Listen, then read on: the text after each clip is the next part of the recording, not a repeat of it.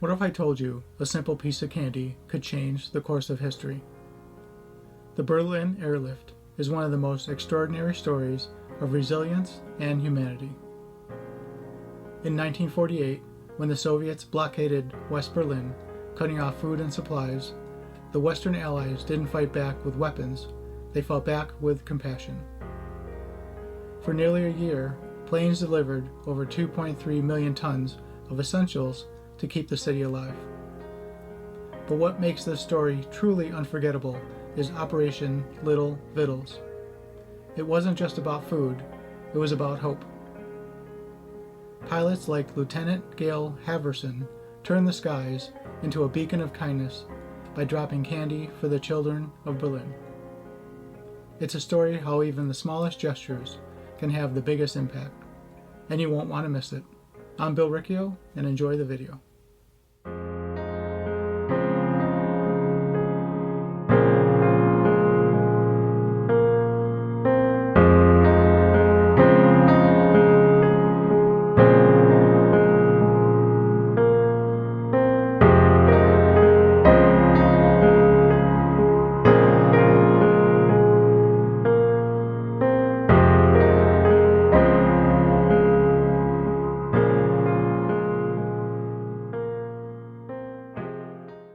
In a city divided by war and desperation, a simple act of kindness took flight. This is the story of the Berlin Airlift's most human mission, a mission born not of strategy, but of the heart. As Thanksgiving approached in 1948, one man's small promise became a symbol of hope for a city on the brink. Join me as we step into the skies of Berlin and uncover the story of the candy bomber and the Thanksgiving that lifted more than spirits. It lifted an entire city. It was the autumn of 1948, and West Berlin found itself at the epicenter of a rapidly escalating Cold War. Following the devastation of World War II, Germany had been carved into 4 occupation zones controlled by the United States, the United Kingdom, France, and the Soviet Union. Berlin, though situated entirely within the Soviet zone, was similarly divided into 4 sectors. As tensions between the Soviet Union and the Western Allies grew, the city became a flashpoint in the struggle for influence over Europe. In June 1948, the Soviets implemented a full blockade, cutting off all road, rail, and canal access to West Berlin. Their aim was clear: to starve the city into submission and force the Allies to abandon their sectors. Food, fuel, and other essentials dwindled rapidly. For the 2.5 million residents of West Berlin, it seemed as if the future would bring only hunger and despair. The Western Allies, however, refused to back down. Rather than retreating, they launched the Berlin Airlift, a bold logistical operation to supply the city entirely by air. It was an audacious plan, one that initially seemed impossible. The first flights, nicknamed Operation Vittles by American forces and Operation Plainfare by the British, began on June 26, 1948. What was intended as a temporary measure quickly grew into a monumental effort. By November 1948, the airlift was in full swing. Each day, planes landed at Tempelhof Airport in Berlin every few minutes, delivering coal to keep homes warm, flour for baking bread, and medicine to keep the sick alive. The operation required Herculean coordination, with pilots flying in treacherous weather and ground crews working around the clock to unload supplies and prepare planes for their return trips. Despite the dangers, spirits were high among the air crews, who took pride in their mission to sustain a besieged city. Lieutenant Gail Halvorsen, the candy bomber. Gail Halvorsen was not the kind of man who sought the spotlight. Born on October 10, 1920, in Salt Lake City, Utah, he grew up on a small farm in rural America. From a young age, Halvorsen was fascinated by flight. He spent his youth watching planes soar overhead, dreaming of one day piloting his own. His modest upbringing instilled in him a strong work ethic, a deep sense of humility, and an unwavering belief in doing what was right.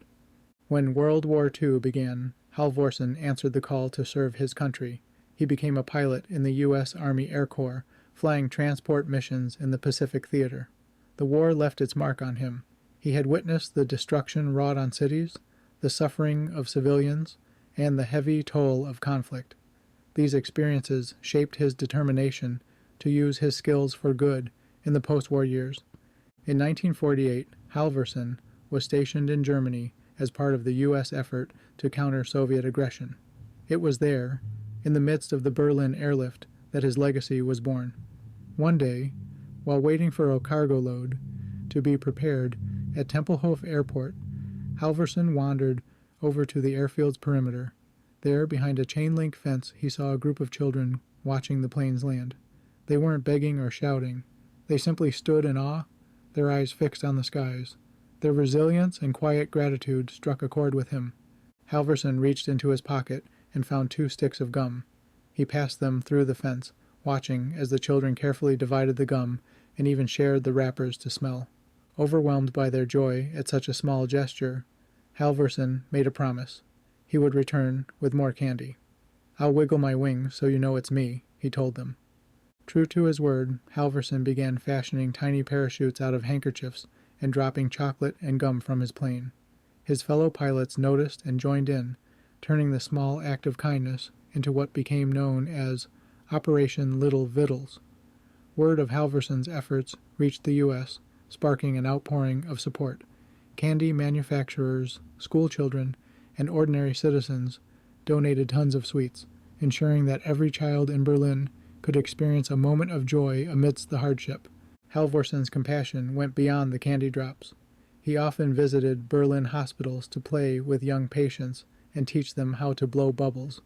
To him, the airlift wasn't just about delivering supplies. It was about reminding the people of Berlin that they weren't alone, that someone cared. Thanksgiving and Operation Little Vittles. As Thanksgiving approached, Halvorsen's candy drops had become a symbol of hope. The holiday provided an opportunity to deepen the connection between the Allies and the people of Berlin. In addition to the usual cargo of coal and food, U.S. forces arranged for traditional Thanksgiving meals to be flown in, complete with turkey and cranberry sauce. For many Berliners, these meals were a reminder of kindness and humanity in the face of adversity. By Thanksgiving, Operation Little Vittles had delivered more than 3 tons of candy. To the children of Berlin, Halvorsen was a hero, not because of the chocolate, but because he showed them that someone cared enough to bring light into their darkened world. To Halvorsen, it was never about heroism.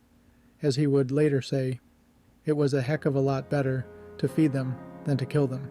As the Berlin Airlift drew to a close, it became more than a story of planes and supplies. It was a story of resilience, compassion, and connection.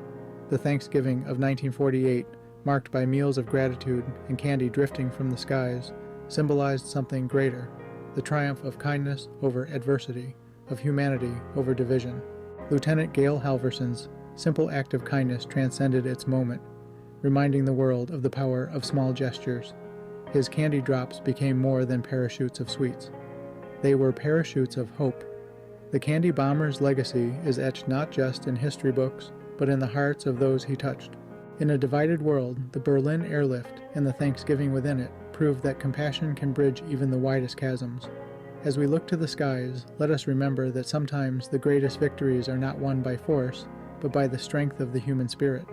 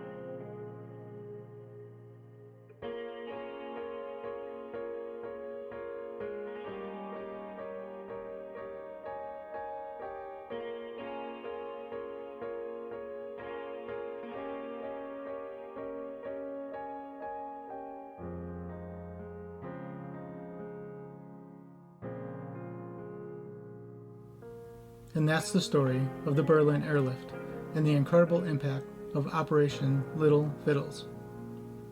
It's proof that even in the face of division and hardship, small acts of kindness can inspire hope in bringing people together. Lieutenant Gail Halvorsen and the other pilots weren't just delivering supplies, they were delivering a message that humanity and compassion can shine through even in the darkest of times. If you enjoyed this story and want to learn more about remarkable moments in aviation history, make sure to like this video, subscribe to the channel, and share it with others who might find inspiration in the tale of hope. Together, we can keep these stories alive and remind the world of the power of kindness. Thanks for watching, and I'll see you in the next video.